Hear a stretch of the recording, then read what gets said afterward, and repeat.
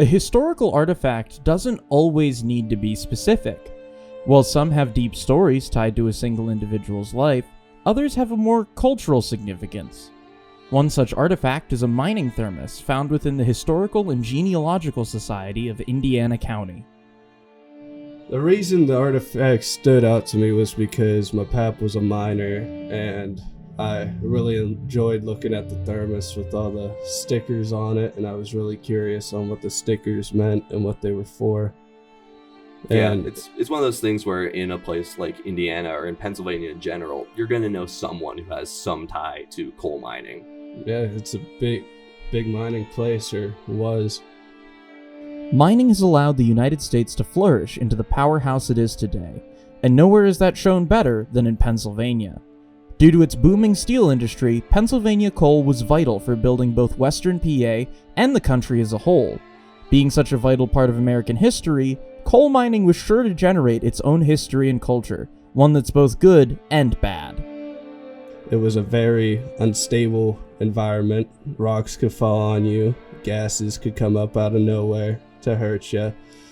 And if, say, you were in a mining town like Ernest, there was an explosion there, killed like a dozen people, and their life wasn't very good.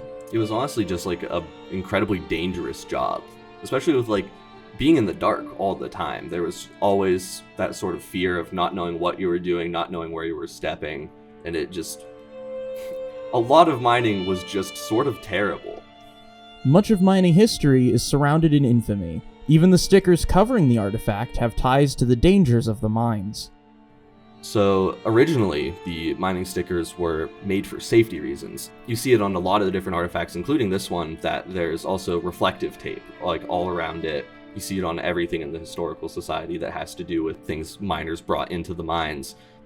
The stickers were nice for practical reasons, because it'd be kind of hard to lose something even in the dark with such translucent stickers on it all the time. So the companies decided that, well, we can add some other things that we can toss on. We can advertise and just like toss our logos onto reflective stickers.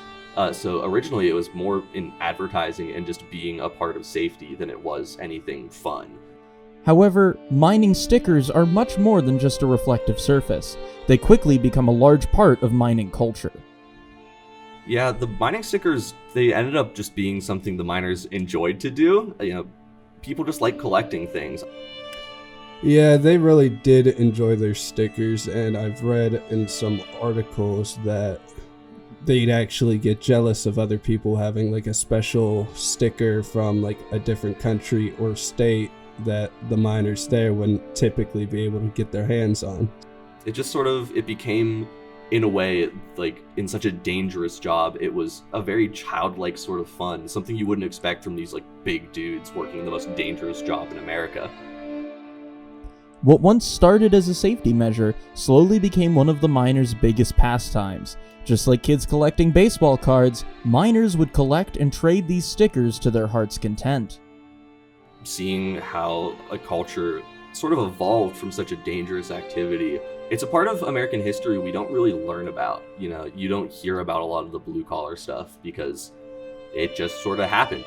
It was nice to learn about the stickers, the fact that companies would just give them, and the fact that these people who are getting down and dirty in the caves and seeing their friends pass and stuff, but they found something good in the bad to use and to enjoy, really.